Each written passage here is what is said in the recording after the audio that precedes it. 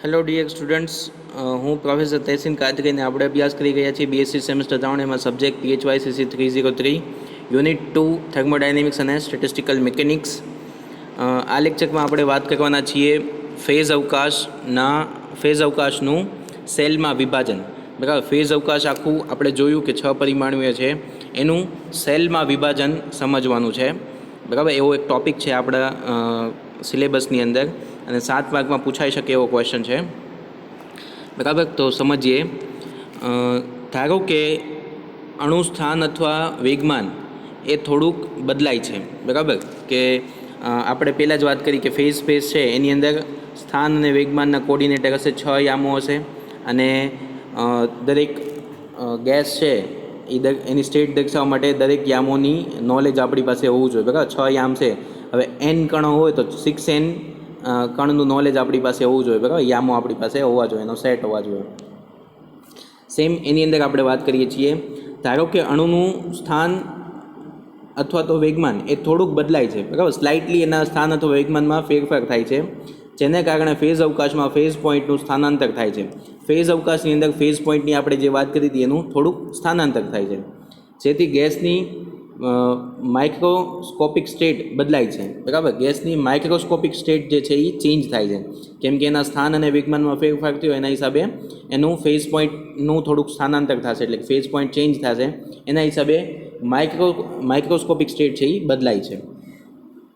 સારી રીતે સમજવા માટે ધારો કે મ્યુ ફેઝ સ્પેસ એ 2 પરિમાણીય ઉર્જા શીટમાં વહેંચેલું છે.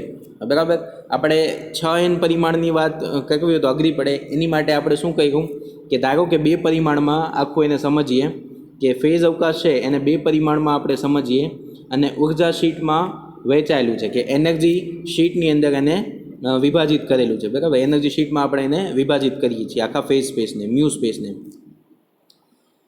જેમાં સ્થાન માટે એક્સ અક્ષિસ અને વેગમાન માટે px અક્ષિસ આવેલી છે.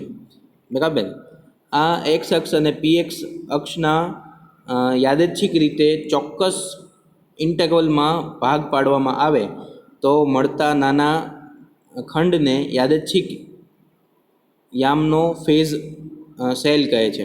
બરાબર, આ આખું જે ફેઝ અવકાશ છે મ્યુ અવકાશ છે. બરાબર, મ્યુ અવકાશ એક જાતનું ફેઝ અવકાશ જ છે, તો એને મ્યુ ફેઝ અવકાશ પણ કહેવાય છે. બરાબર, તો એને આપણે સિમ્પલી સમજવા માટે આખા ફેઝ અવકાશને દ્વિપરિમાણની અંદર એક્સ અને px 2 જ યામો લઈએ. ખરેખર 6 યામો હોય પણ આપણે 2 જ યામની વાત કરીએ 2 પરિમાણમાં, અને આખું મ્યુ સ્પેસ એ એનર્જી શીટમાં વેચાયેલું છે એવું માની લઈએ. બરાબર, એનર્જી શીટમાં આખું વિભાજિત થાય છે, તો એના યાદચ્છિક રીતે નાનામાં નાના ખંડ લેવા આવે એક્સ એક્સિસ ઉપર અને પી એક્સિસ ઉપર, 2 ઉપર, તો એના હિસાબે શું થશે, આવું કંઈક ઇમેજ તમને મળશે. બરાબર, તમે એક્સ એક્સિસ છે તમારી પાસે, પી એક્સિસ છે, તો દરેકને તમે યાદચ્છિક રીતે નાના નાના ઇન્ટરવલ પાડો છો. એક્સ એક્સિસ ઉપર જે ઊભી લીટી છે એ બધી એક્સ એક્સિસ ઉપરના ઇન્ટરવલ છે અને આડી લીટી છે એ બધી પી એક્સિસ ઉપરના ઇન્ટરવલ છે. બરાબર, ડીપીએક્સ જેટલા ખંડો છે પી એક્સિસ ઉપર અને એક્સ એક્સિસ ઉપર છે ડીએક્સ જેટલા ખંડો છે. બરાબર, તો યાદચ્છિક રીતે તમે આવી રીતે એને ભાગ પાડો તો આખી એનર્જી શીટ છે એ નાના નાના ખંડોમાં વેચાઈ જાય. બરાબર, જેને એનર્જી શીટ કહેવાય છે અથવા તો ફેઝ સેલ કહે છે. આ દ્વિપરિમાણમાં આપણે વિચાર્યું અને જે આખી રચના બની આખાને એનર્જી શીટ કહેવાય છે, જે નાના નાના ખંડોમાં વેચાય છે, અને આ જે સેલ બને છે, બરાબર, જે ખાના બને છે એને કહેવાય ફેઝ શેલ. બરાબર, આ ફેઝ શેલ બને છે, એનું માપ જે છે, એટલે કે એક ફેઝ શેલનું માપ કેટલું હોય તો એના એરિયા ઉપરથી ખબર પડે, લંબાઈ ગુણ્યા પહોળાઈ. લંબાઈ કેટલી છે dx, પહોળાઈ છે dpx. બરાબર, તો dx ઇન્ટુ dpx કરો તો તમને h0 એનો એરિયા મળી જાય. ક્લિયર એટલી વસ્તુ? ઓકે, અને આને ફેઝ શેલ કહેવાય છે. ફેઝ અવકાશ શેલનું નાનામાં નાનું માપ નીચે મુજબ સમજી શકાય છે. હવે આપણે આખી શીટના ભાગ તો પાડી નાખ્યા, વિભાજન કરી નાખ્યું અને ફેઝ શેલ મળી ગયા, બટ એની માટે આપણે નિયમ આપવો પડે કોઈ, અથવા તો હાઇપોથિસિસ આપવી પડે કે એનું નાનામાં નાનું માપ કેટલું હોઈ શકે. બરાબર, મોટા ભાગ તો આપણે પાડી શકીએ ઇઝીલી, બટ નાનામાં નાનું, કેમ કે આપણે માઇક્રો સુધીની વાત કરીએ છીએ આમાં, તો નાનામાં નાનું એનું માપ કેટલું હોઈ શકે એની માટે આપણે કંઈક જાણવું પડે, એની કોઈ લિમિટ બાઉન્ડ્રી બાંધવી પડે. બરાબર, તો એનું નાનામાં નાનું માપ છે એ નીચે મુજબ સમજી શકાય છે, બરાબર. ક્લાસિકલ રીતે અને ક્વોન્ટમ રીતે બે રીતે સમજી શકાય છે. ક્લાસિકલી સ્ટેટિસ્ટિક મુજબ એનું નાનામાં નાનું માપ કેટલું હશે ફેઝ શેલનું એની વાત કરીએ. ફેઝ અવકાશની અંદર ફેઝ પોઈન્ટને હાઇઝનબર્ગના અનિશ્ચિતતાના સિદ્ધાંત દ્વારા સારી રીતે સમજી શકાય છે, બરાબર. ફેઝ અવકાશની અંદર ફેઝ પોઈન્ટને હાઇઝનબર્ગના અનિશ્ચિતતાના સિદ્ધાંત દ્વારા સારી રીતે સમજી શકાય છે. ધારો કે ડીએક્સ એ એક્સ અક્ષના નાનામાં નાના ઇન્ટરવલ છે અને ડીપીએક્સ એ પીએક્સ અક્ષનું નાનામાં નાનું ઇન્ટરવલ છે. આમ ફેઝ અવકાશ ઉર્જા શીટના નાના નાના સેલમાં વિભાજિત કરી શકાય છે, બરાબર. એટલે ફેઝ અવકાશનું આપણે નાના સેલમાં વિભાજન કરી નાખ્યું, બરાબર. તો આ એનું વિભાજન છે અને એ વિભાજિત જે સેલ બને છે એનું પરિમાણ કેટલું છે એની વાત આપણે કરવાની છે. દરેક સેલ એ સમાન ક્ષેત્રફળ ડીએક્સ ઇન્ટુ ડીપીએક્સ લંબાઈ ગુણ્યા પહોળાઈ ઇઝ ઇક્વલ ટુ H0, આપણે એને H0 નામ આપવું છે એરિયાને, બરાબર, ધરાવે છે, બરાબર. એટલે દરેક સેલનો એરિયા છે, ક્ષેત્રફળ છે, એ સમાન રહેશે ડીએક્સ ઇન્ટુ ડીપીએક્સ, બરાબર. તંત્રની સ્ટેટ એ ફેઝ સ્પેસના ચોક્કસ સેલમાં ફેઝ પોઈન્ટ દર્શાવીને આપી શકાય છે, બરાબર. આખું જે તંત્ર છે, હવે આખી આ શીટ બની ગઈ, હવે આખું તંત્ર છે એની સ્ટેટ આપ્યું હોય તો ચોક્કસ સેલમાં ફેઝ પોઈન્ટ આપણે દર્શાવીએ એટલે ખબર પડી જાય કે આ સેલની અંદર આ પોઈન્ટ છે એટલે આની સ્ટેટ આ જ હશે ચોક્કસ, બરાબર. તો એ રીતે દર્શાવી શકાય છે.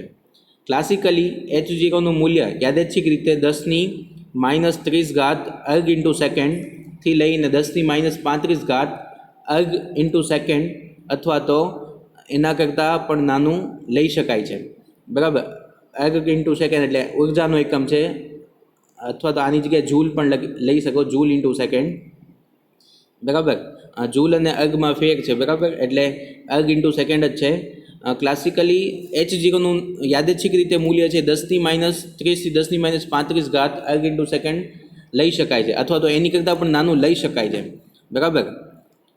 અહીં નોંધનીય છે કે H0નો એકમ ઉર્જા ઇન્ટુ સમયનો એકમ છે અને ડીએક્સ અને ડીપીએક્સનું મૂલ્ય આટલું નાનું લેવામાં આવે છે જો ફેઝ અવકાશમાં સેલમાંના કોઈ એક ફેઝ પોઈન્ટનું ખૂબ નાનું સ્થાનાંતર થાય તો પણ ચોક્કસ પ્રયોગ દ્વારા આ ફેરફાર માપી શકાતો નથી, બરાબર.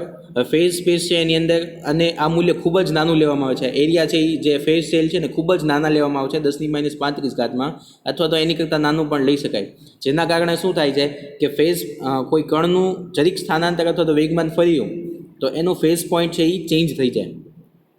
ફેઝ પોઈન્ટ ચેન્જ થઈ જાય તો એની સ્ટેટ પણ ચેન્જ થઈ જાય, એ સ્ટેટ ચેન્જ થઈ જાય, બટ આનું મૂલ્ય આટલું નાનું લેવામાં આવે છે કે જેના કારણે કોઈ નાનો ફેરફાર થાય ને તો ચોક્કસ પ્રયોગ હોય એના દ્વારા પણ આ ફેરફાર માપી શકાતો નથી. કોઈ એક સેલની અંદર રહેલા અણુની સ્થાન અને વેગમાનમાં ફેરફાર થાય તો આવા અતિ નાના સેલ એ ફેઝ સેલ તરીકે લેવામાં આવે છે, બરાબર. આવા ખૂબ જ નાના જે સેલ મળે એને ફેઝ સેલ તરીકે લેવામાં આવે છે અને સેલમાં રહેલા કણોની સ્ટેટ x,px યામોથી આપી શકાય છે. એક સેલની અંદર 2-3 કણ હોય તો એની સ્ટેટ તમે x,px તરીકે જ આપી શકો છો, બરાબર. તો એ પોતે એક માઇક્રો સ્ટેટ ધરાવે છે જેની સ્ટેટ તમે x,px તરીકે આપી શકો છો. જો કણને સ્ટેટમાં કોઈ ફેરફાર થાય તો એક ફેઝ સેલમાંથી નીકળી બીજા ફેઝ સેલમાં જતો રહે છે જે કણની સ્ટેટ દર્શાવે છે, બરાબર. હવે એવું બન્યું કે ભાઈ એની સ્ટેટમાં કંઈક ફેરફાર થયો એટલે કે એના સ્થાન અને વેગમાનમાં કંઈક ફેરફાર થયો તો એને એ સેલમાં નહીં રહે. શું કામ? એના થોડોક મોટો ફેરફાર થાય, બરાબર. એટલે શું કરશે એ સેલ છોડી અને બીજા સેલમાં જતો રહેશે. કયા સેલમાં જશે? કે જે સેલ એની સ્ટેટ દર્શાવે, બરાબર. એની અંદર જે ફેરફાર થયો એ ફેરફાર જે સેલ દર્શાવતો હોય એ સેલમાં વયો જશે એ કણ, બરાબર. એટલે એવું લખ્યું છે જો કણની સ્ટેટમાં કોઈ ફેરફાર થાય તો તે એક ફેઝ સેલમાંથી નીકળી બીજા ફેઝ સેલમાં જતો રહે છે જે કણની સ્ટેટ દર્શાવતો હોય, એટલે કે એની જે સ્ટેટ દર્શાવે ને એ સેલમાં એ જશે, બરાબર.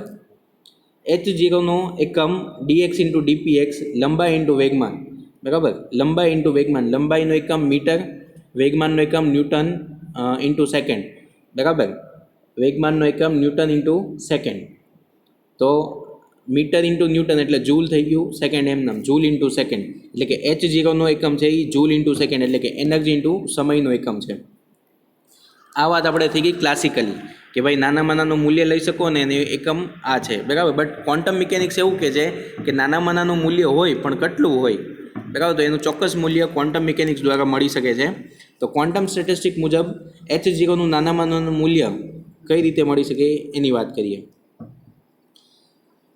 બોલ્ટ્ઝમેનના સમયમાં H0ની સાઇઝ માટે કોઈ ચોક્કસ મૂલ્ય આપી શકાય તેમ ન હતું, બરાબર. બોલ્ટ્ઝમેન સાયન્ટિસ્ટ હતો અને એણે ખૂબ જ કામ કર્યું છે ગેસ ઉપર, બરાબર, મોલિક્યુલ્સ ઉપર, સ્ટેટિસ્ટિક ઉપર અને થર્મોડાયનેમિક્સ ઉપર.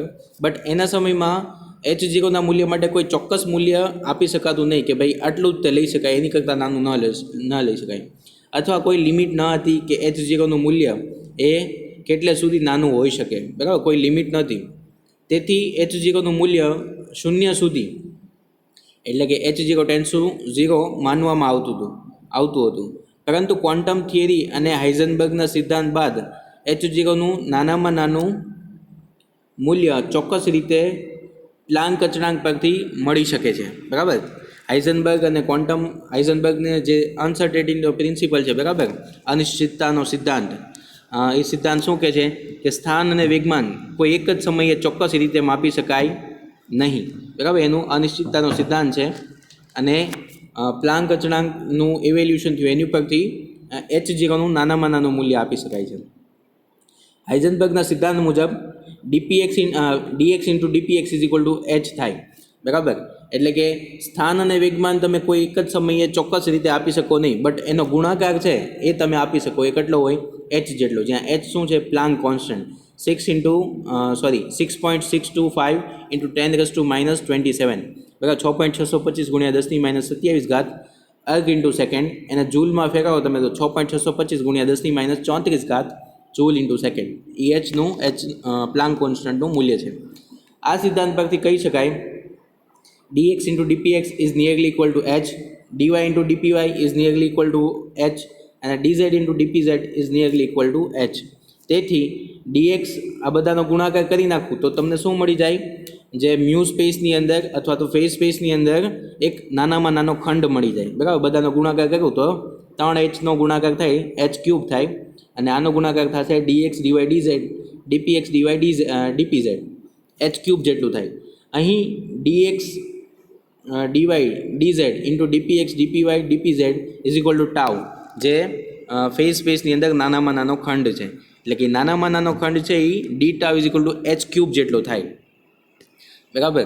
તો તમને ચોક્કસ માપ મળી ગયું કે જે નાનામાં નાનો ખંડ હશે H0નું મૂલ્ય કેટલું હશે? તો કે h³ જેટલું સમાય એટલું, બરાબર. h³ જે છે એ આખું ઘનફળ દર્શાવે છે. આગળ જોઈએ. આમ અનિશ્ચિતતાના સિદ્ધાંત પરથી કહી શકાય કે મ્યુ સ્પેસના યામોનું મૂલ્ય એટલા જ હોઈ શકે જેથી તે h³ જેટલા કદમાં સમાઈ શકે, બરાબર. એટલે કે dx અને dpxના મૂલ્ય આટલું સુધી નાનું લઈ શકાય કે જે h³ ની અંદર સમાઈ શકે, બરાબર. એથી નાનું ન લઈ શકાય અથવા તો એથી મોટું પણ ન લઈ શકાય, કે h³ ની અંદર સમાઈ જાય આટલું લઈ શકાય. જેમ અવકાશ ખંડ D tau is equal to h³, phase અવકાશ ખંડ D tau is equal to h³, તેનો એકમ છે જૂલ ઇન્ટુ સેકન્ડ આખાનો ક્યુબ. અહીંયા h જે છે એ પ્લાન્ક કોન્સ્ટન્ટ છે. તો આ વાત થઈ ગઈ ફેઝ અવકાશને સેલમાં વિભાજિત કરવાની, બરાબર. આપણે સેલમાં એને એનર્જી શીટથી એક્સ અને ડીપીએક્સને આખા યામો દ્વારા દ્વિપરિમાણમાં સમજી અને એને વિભાજિત કરી શકાય છે. વિભાજિત કર્યું તો એનો નાનામાં નાનો સેલ કેટલો લેવો એની વાત કરવી પડે.